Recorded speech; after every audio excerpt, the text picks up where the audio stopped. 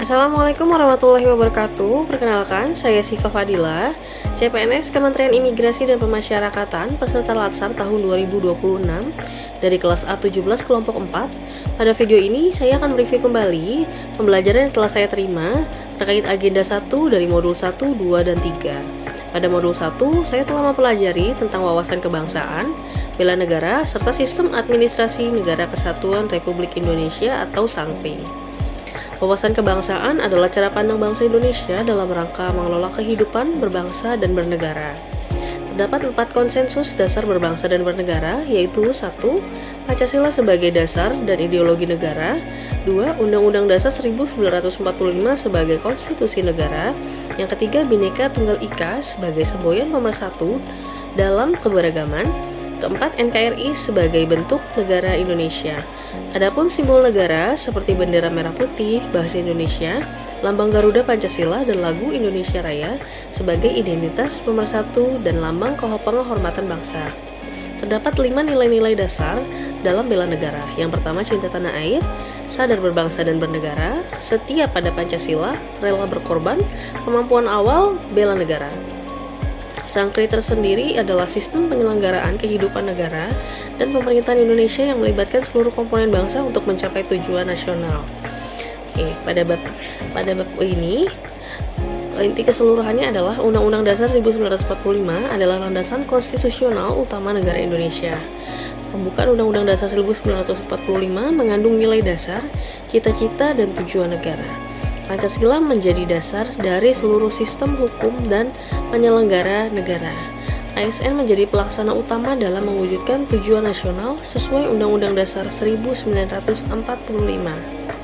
Selanjutnya modul kedua. Pada modul kedua ini dibahas analisis isu kontemporer dan pengelolaan konflik kepentingan. Pada agenda kali ini dijelaskan bahwa konflik kepentingan dalam lingkungan ASN adalah kondisi di mana kepentingan pribadi mempengaruhi netralitas pengambilan keputusan dengan tujuan untuk mewujudkan tata kelola pemerintahan yang bersih, transparan, dan akuntabel. Adapun jenis dari konflik kepentingan sendiri adalah berdasarkan aktual atau kepentingan pribadi yang langsung mempengaruhi keputusan. Kemudian berdasarkan potensial atau kepentingan yang mungkin mempengaruhi keputusan di masa depan. Adapun untuk pengelolaan konflik kepentingan ini diperlukan adanya beberapa proses yang dilakukan. Yang pertama yaitu proses identifikasi atau mencatat daftar kepentingan pribadi, kemudian proses deklarasi yaitu melaporkan konflik aktual pada atasan sebelum mengambil keputusan.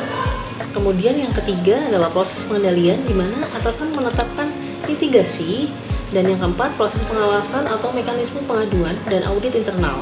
Dan yang terakhir, proses apresiasi, yaitu memberikan penghargaan untuk contoh baik dalam pengelolaan konflik. Selanjutnya adalah modul ketiga, yaitu modul kesiapsiagaan bela negara, yaitu suatu keadaan siap siaga yang dimiliki oleh seseorang, baik secara fisik, mental, maupun sosial, dalam menghadapi situasi kerja yang beragam, yang dilakukan berdasarkan tekad dan sikap secara ikhlas dan sadar, disertai kerelaan berkorban sepenuh jiwa raga yang dilakukan oleh kecintaan terhadap Negara Kesatuan Republik Indonesia atau NKRI berdasarkan Pancasila dan Undang-Undang Dasar 1945 untuk menjaga, merawat, dan menjamin keberlangsungan hidup berbangsa dan bernegara. Nah, untuk menerapkannya itu kita dapat melakukan dan menjaga baik secara fisik dan non-fisik, yaitu kesehatan jasmani dan mental, kesiapsiagaan jasmani dan mental, memiliki etika, etiket, dan moral, menjunjung kearifan lokal. Kesiapsiagaan jasmani dapat ditingkatkan dengan latihan, contohnya seperti lari 12 menit, berenang, push up, dan sit up.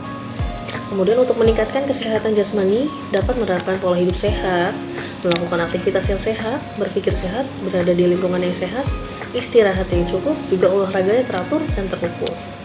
Kegiatan kesiapsiagaan bela negara bagi seorang ASN yaitu peraturan baris berbaris atau PBB, keprotokolan, tata tempat, tata upacara, tata penghormatan, serta pelaksanaan kegiatan APL.